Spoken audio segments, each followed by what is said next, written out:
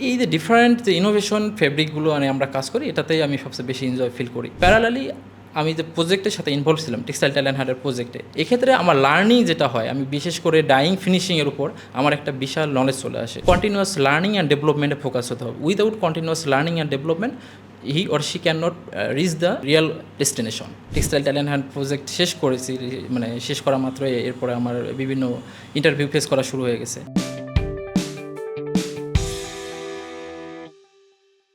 Welcome everyone to the brand new episode of innovation Adda textile talent hunt series. আজকে আমাদের সাথে উপস্থিত আছে আহসানুজ্জামান রনি, টেক্সটাইল ট্যালেন্ট হান্টের অ্যালুমনি, যিনি টেক্সটাইল ন্যাশনাল কনফারেন্সে ফার্স্ট রানার আপ এবং টেক্সটাইল ট্যালেন্ট হান্ট সিজন 8-এর ইন্ডিভিজুয়াল র্যাঙ্কিংয়ে টপ 5-এ ছিলেন। আমরা আহসানুজ্জামান রনির সাথে কথা বলবো তার ক্যারিয়ার নিয়ে, টেক্সটাইল ইঞ্জিনিয়ারিং ম্যানেজমেন্ট গ্র্যাজুয়েট হয়ে কীভাবে সেন্ট্রাল R&Dতে সে তার প্লেসমেন্ট পেল এবং সেই সাথে তার পেছনের গল্পটা কী ছিল। চলুন আমরা চলে যাই ডিরেক্ট আমাদের আজকের এপিসোডে। ধন্যবাদ রনি আজকে আমাদের সাথে উপস্থিত হওয়ার জন্য। সো টেক্সটাইল ট্যালেন্ট হান্টে বুটেক্স জোন থেকে ন্যাশনাল কনফারেন্সে first runner up, then textile talent হান্টের গ্র্যান্ড ফিনালে ইন্ডিভিজুয়াল র্যাঙ্কিংয়ে টপ 5-এ থেকে শেষ করা এবং ঠিক এর পরপরই জবে ঢোকা। সো সব কিছু মিলে একদম সব জায়গাতে মনে হচ্ছে একদম ফাইন টিউন আকারে যেভাবে মানুষ এক্সপেক্ট করে সেভাবেই তোমার ক্যারিয়ারটা শুরু হয়েছে। আমাদের দর্শকরা যেহেতু সিংহভাগই স্টুডেন্ট, তাদের জন্য আমি শুরুতে জানতে চাচ্ছি যে আসলে সেন্ট্রাল R&Dর কাজটা মূলত কী? স্যার ধন্যবাদ টেক্সটাইল টুডেকে এবং কৃতজ্ঞতা জানাই টেক্সটাইল টুডেকে। টেক্সটাইল টুডের সাথে আমার দীর্ঘ পথ চলা। আসলে টেক্সটাইল যে সেন্ট্রাল R&D, এটা আমাদের বেসিক্যালি 3টা অপশনে আমরা কাজ করি। একটা হলো বায়ার থেকে আমাদের ফেব্রিক বুকিং আসে, সে বুকিংয়ের অ্যাগেনিস্টে আমরা ফেব্রিক ডেলিভারি করি। সেটা এক্ষেত্রে আমাদের ইয়ার্ন চুজ করতে হয়। Yarn choose, knitting, dyeing, finishing and required quality maintain করে আমাকে এটা ফেব্রিক ডেলিভারি করতে হবে। আনাদার আরেকটা অপশন আছে, সেক্ষেত্রে আমরা সেলফ ইনোভেশন করি। যে ইন্ডাস্ট্রি আছে, যে ইন্ডাস্ট্রিতে যেই জব করুক বা সেন্ট্রাল R&Dতে যে জব করে, সেক্ষেত্রে আমাদের নতুন নতুন ফেব্রিক ইনোভেশন করি। এক্ষেত্রে আমরা বাইরে থেকে কোথাও সোয়াস কালেক্ট করে নিয়ে আসি, অথবা আমাদের নিজের থিঙ্কিং থেকে আমরা কোনো সোয়াস ডেভেলপ করি। আরেকটা কাজ হয়, সেখানে হলো আমাদের বেস ফেব্রিক ডেভেলপমেন্ট, যেখানে আমাদের বায়ারের অল রিকোয়ারমেন্ট পাস করার জন্য যত টেস্ট প্যারামিটার লাগে, সব প্যারামিটার আমরা পাস করে বায়ারের কাছ থেকে আমরা বাল্কের অর্ডার নিয়ে আসতে পারি। দেখা যাচ্ছে যে R&Dতে সেলফ ইনোভেশন এবং একই সাথে বায়ারের যে আসলে স্যাম্পল ডেভেলপমেন্ট, সেই জায়গা থেকেই মেনলি কাজগুলো হয়ে থাকে। সো এই কাজগুলোর মধ্যে কোন কাজটাকে তুমি সবচেয়ে বেশি এনজয় করো? আমি সবচেয়ে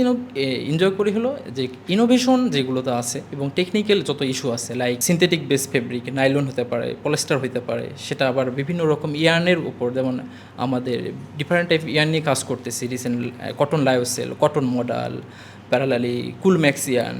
এই যে ডিফারেন্ট যে ইনোভেশন ফেব্রিকগুলো আমরা কাজ করি, এটাতেই আমি সবচেয়ে বেশি এনজয় ফিল করি। আর একটাতে আমি আর এনজয় করি, সেটা হলো বায়ারের যে বেস টেস্ট করতে হয়, বায়ারের যে রিকোয়ারমেন্ট, অল রিকোয়ারমেন্ট পাস করতে যে আমার একটা রেগুলার ফেব্রিককেও যত হ্যাসেল পোহাইতে হয়, এই হ্যাসেল পোহাইতে গিয়ে কিন্তু অনেক লার্নিং একটা আমার চলে আসে।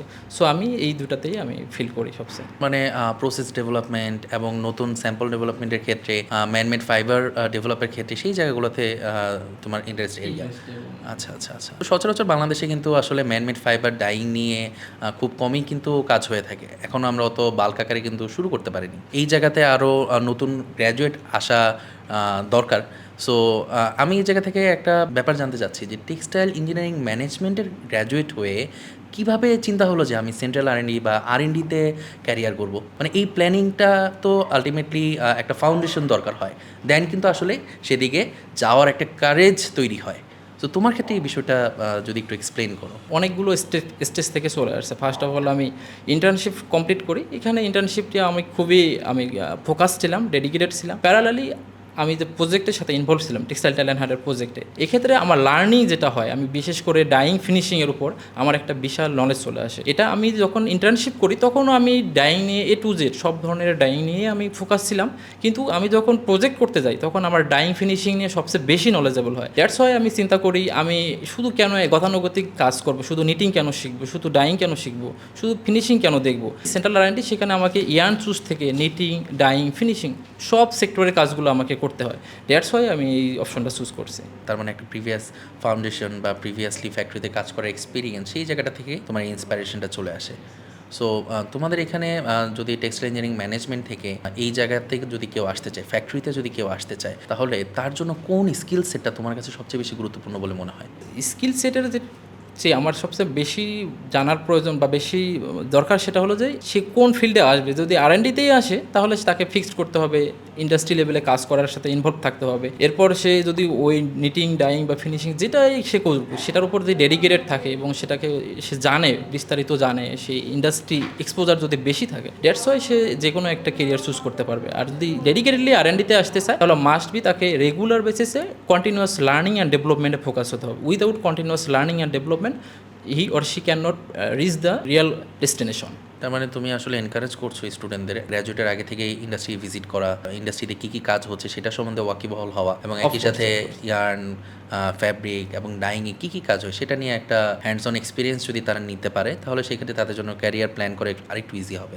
অবশ্যই আমি বিশ্বাস করি শুরুতেই বিশেষ করে ইন্টার্নশিপে সে সুযোগটা পায়, আর যদি কোনো প্রজেক্ট করার সে ইন্ডাস্ট্রিতে প্রজেক্ট করার সুযোগ পায়, সে অবশ্যই এই হ্যান্ডস অন এক্সপিরিয়েন্স নিয়ে সে কোনো একটা ডিসিশন নেবে। এর আগে কোনো ডিসিশন না আমার মনে হয় না রাইট ডিসিশন হবে। কিন্তু এখানে একটা কোশ্চেন আসে যে আসলে স্টুডেন্ট থাকা অবস্থায় এই যে বিভিন্ন ফ্যাক্টরিতে যাওয়া, ভিজিট ম্যানেজ করা, এই জায়গাতে আসলে স্টুডেন্টরা কীভাবে হেল্প পেতে পারে? কারণ আমি যদি একজন রানিং স্টুডেন্ট হই, আমি ইন্ডাস্ট্রি অনেকেই হয়তো চিনি না, আমার ওই লেভেলে হয়তো নেটওয়ার্ক নাই, কিন্তু কিভাবে আমি একটা ইন্ডাস্ট্রি ভিজিট করতে পারি? মানে আমি জানি তুমি যেহেতু একই সাথে বিভিন্ন ক্লাবে ছিলা, সাংবাদিক সমিতিতে ছিলা, সো ইন্ডাস্ট্রি ভিজিটের ম্যানেজ করার মেকানিজমটা আসলে কী?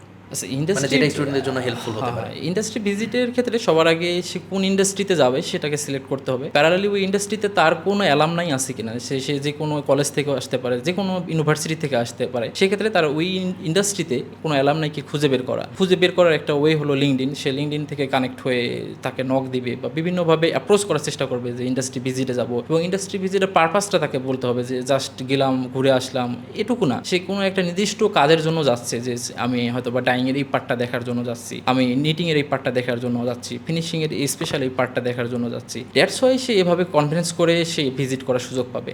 এছাড়াও বাংলাদেশে অনেক প্ল্যাটফর্ম আছে, সেই প্ল্যাটফর্মের মাধ্যমে যেতে পারে। তার মধ্যে টেক্সটাইল ট্যালেন্ট হান্ট প্রোগ্রাম, সেই টেক্সটাইল ট্যালেন্ট হান্ট প্রোগ্রামের মাধ্যমে সে অনেকগুলো জায়গায় পার্টিসিপেট করতে পারবে, অনেকগুলো ইন্ডাস্ট্রি ভিজিট করার সে সুযোগ পাবে।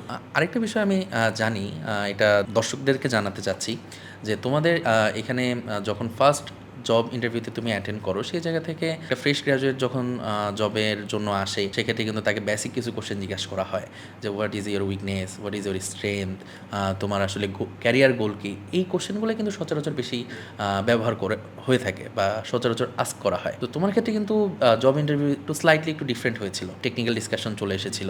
সো সেই গল্পটা যদি আমাদের সাথে একটু শেয়ার করো যে কীভাবে মানে তোমার এই জব ইন্টারভিউটা গিয়েছে, জব ইন্টারভিউর আগে তোমার এক্সপেকটেশনটা কী ছিল, বের হওয়ার পর তোমার ফিলিংসটা কী ছিল? আচ্ছা, আমার যে এক্সপেকটেশন ছিল অনেক একটা হায়ার এক্সপেকটেশন ছিল। তখন আমি টেক্সটাইল ট্যালেন্ট হান্ট প্রজেক্ট শেষ করেছি, মানে শেষ করা মাত্রই এরপরে আমার বিভিন্ন ইন্টারভিউ ফেস করা শুরু হয়ে গেছে। তো এই ক্ষেত্রে আমার এক্সপেকটেশন ছিল যে আমি টেক্সটাইল ট্যালেন্ট হান্টের কথা বলবো, টেক্সটাইল টুডের কথা বলবো, আমি আরও অনেকগুলো কাজ করছি, মানে নিজে থেকে ভাইবাটাকে গাইড করা। হ্যাঁ, মানে এমন যেন হয় যে ইন্ডাস্ট্রি আমাকে কল করতেছে, ডাকতেছে। হ্যাঁ, অলরেডি এর মধ্যে দুই একটা কল পাইছিলাম, কিন্তু সেগুলো আমার মন মতো ছিল না। এরপরে আমার যে এক্সপেকটেশন ছিল, এই এক্সপেকটেশনের সাথে রিয়েলিটি একটু ডিফারেন্ট থাকবে।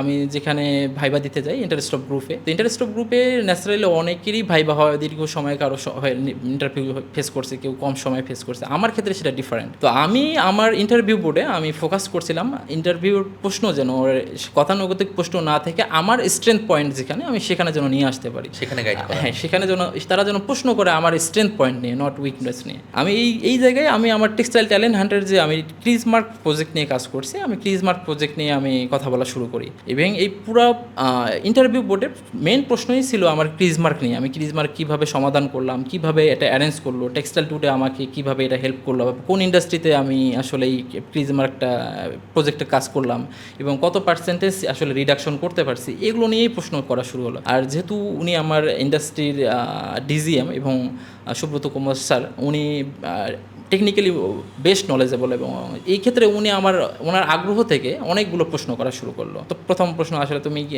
আসলেই কি ক্রিজমার্ক সমাধান করতে পারো? আমি বললাম অফকোর্স সমাধান করছি, জন্যই তো আমি এই কথাগুলো বলতেছি। এই ক্ষেত্রে আমার দুইটা পয়েন্ট আমি সবচেয়ে আমি মনে করি তখন ইন্টারভিউরা খুব খুশি হয়েছিল যখন আমি দুইটা পয়েন্ট কথা বলি যে শীতকাল আসলে আমার ক্রিজমার্ক পার্সেন্টেজটা বেড়ে যায়, আবার গ্রীষ্মকালে সেই আমার ক্রিজমার্ক পার্সেন্টেজটা কমে আসে। এটার বেসিক্যালি ডাইংয়ের আমার থার্মাল শকের ইস্যু এখানে ইনভলভ আছে। তার মানে এই যে শীতকাল বা গ্রীষ্মকালে ক্রিজ মার্ক যে ডিফারেন্ট আছে, এটা তো সাধারণত টেকনিক্যাল, মানে আমি যেটা জানি যে টেকনিক্যালি অনেক বছর ধরে কাজ করার পরেই কিন্তু তারা মূলত এই বিষয়টা জানতে পারে বা বুঝতে পারে, তখন কিন্তু ওই অনুযায়ী তারা রেমেডি সেট করে থাকে। সো ফ্রেশ গ্র্যাজুয়েট হয়ে তুমি এই বিষয়টা কিভাবে তুমি অ্যাক্সেস করলা, বা এই নলেজটা আসলে হ্যাঁ, কিভাবে তুমি আসলে আমি বিশ্বাস করি R&Dতে যে কাজ করে বা যেখানেই কাজ করে, আমাদের মেন প্রয়োজন হলো সলভ করার, প্রবলেম সলভিং। আমি যদি কোনো প্রবলেম সলভটা যদি কারো কাছে শিখেও নিয়ে আসতে পারি, এটাও আমার জন্য বেটার, এটা কোনো সমস্যা না। আমি যেহেতু একজনের কাছে প্রবলেমটা কীভাবে সলভ করা হয় এটা আমি যে জানি, তাহলে আমার সমস্যা না। এই ক্ষেত্রে আমি ক্রিজ মার্কেট এই যে শীতকাল বা গ্রীষ্মকাল, আমাদের আসলে প্রজেক্টটা শুরু হয় আমাদের শীতকালে এবং শেষ হয় গ্রীষ্মকালে।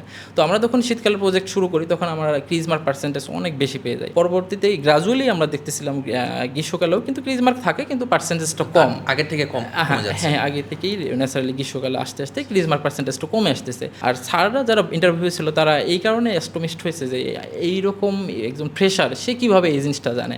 আর তখন ওই স্যার বলে ফেললো যে আমরা তো এইটা নিয়ে ফেস করতেছি ইন্ডাস্ট্রিতে, শীতকাল আসছে আর ক্রিজ মার্ক পার্সেন্টেজ বেড়ে গেছে, এটা নিয়ে আমরা ফেস করছি, তুমি তো আমাদের জন্য রাইট কেউ। তার মানে স্কিল সেট বলি, টেকনিক্যাল নলেজ বলি, এই জায়গাতে সবগুলো জায়গাতে কিন্তু তারা গোত্র করেছে। সেই জায়গা থেকে তুমি যদি জুনিয়রদের জন্য কোনো অ্যাডভাইস দিতে চাও, যারা আসলে টেকনিক্যাল ফিল্ডে আসতে যাচ্ছে কিন্তু হয়তো ফাউন্ডেশন বা সাবজেক্ট যেটা বলি যে টেক্সটাইল ইঞ্জিনিয়ারিং ম্যানেজমেন্টের কিন্তু এই ধরনের একটা ভয় থাকে যে আমি কি আসলে টেকনিক্যালি ভালো করবো কিনা, বা ইয়ার্ন ফ্যাব্রিকের টেকনিক্যাল ডিটেলস সেই জায়গাতে আমরা ঢুকতে পারবো কিনা। যদি তোমার কোনো জুনিয়র এইভাবে ফ্যাক্টরিতে আসতে চায়, ফ্রেশ গ্র্যাজুয়েট হওয়ার পরে ফ্যাক্টরিতে ঢুকতে চায়, তার প্রতি তোমার কি অ্যাডভাইস থাকবে টেকনিক্যালি বা অ্যান্ড সফট স্কিল নিয়ে আসলে তার মানে কোন কোন জায়গাতে ইমপ্রুভমেন্ট করা দরকার? আমি মনে করি একজন ফ্রেশ গ্রাজুয়েটকে যদি টেকনিক্যাল কোনো ব্যাকগ্রাউন্ডে আসতে হয়, বিশেষ করে R&Dতে যদি আসতে হয়, তাকে মাস্ট বি নলেজেবল হতে হবে। সে শুধু বই পুস্তকের মধ্যেই নলেজ নিয়ে সীমাবদ্ধ রাখবে, এতটুকুর মধ্যে থাকলে আসলে জব বা সে ওখানে জব পেলেও সেখানে সে দীর্ঘ সময় সাস্টেনেবল করতে পারবে না। এক্ষেত্রে আমার মনে হয় সে ইন্ডাস্ট্রিতে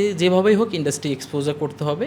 এক্ষেত্রে তাকে ইন্ডাস্ট্রিতে নিটিং, ডাইং, ফিনিশিং সে যেভাবেই হোক তাকে এর সাথে ইনভলভ হতে হবে। সেটা প্রজেক্ট বেস হতে পারে, ইন্টার্নশিপ হতে পারে, সে ইন্ডাস্ট্রি ভিজিট করে হতে পারে, সে নিজে থেকে আগ্রহ করে এই ফিল্ডে আসতে হবে। প্যারালালি একটা জিনিসে বারবার বলবো, যদি R&Dতে কেউ স্পেশালি আসতে চায় যে কোনো ডিপার্টমেন্ট থেকে, তাকে ফোকাসড অন হতে হবে continuous learning and development. Without continuous learning and development সে এই জায়গায় আসতে পারবে না বা টিকতে পারবে না, সাস্টেনেবল হবে না। ধন্যবাদ রনি। আশা করব আজকের আমাদের এই এপিসোডটি সবার জন্য হেল্পফুল হবে, যারা নিজের ক্যারিয়ার নিয়ে নতুনভাবে চিন্তাভাবনা করছি এবং ফ্রেশ গ্র্যাজুয়েট হয়ে যাওয়ার পর ইন্ডাস্ট্রিতে যাওয়ার জন্য যারা প্রিপারেশন নিচ্ছি। তো আবারও আমরা হাজির হব নতুন এপিসোড নিয়ে, নতুন কোনো গেস্টকে সাথে নিয়ে। ধন্যবাদ সবাইকে।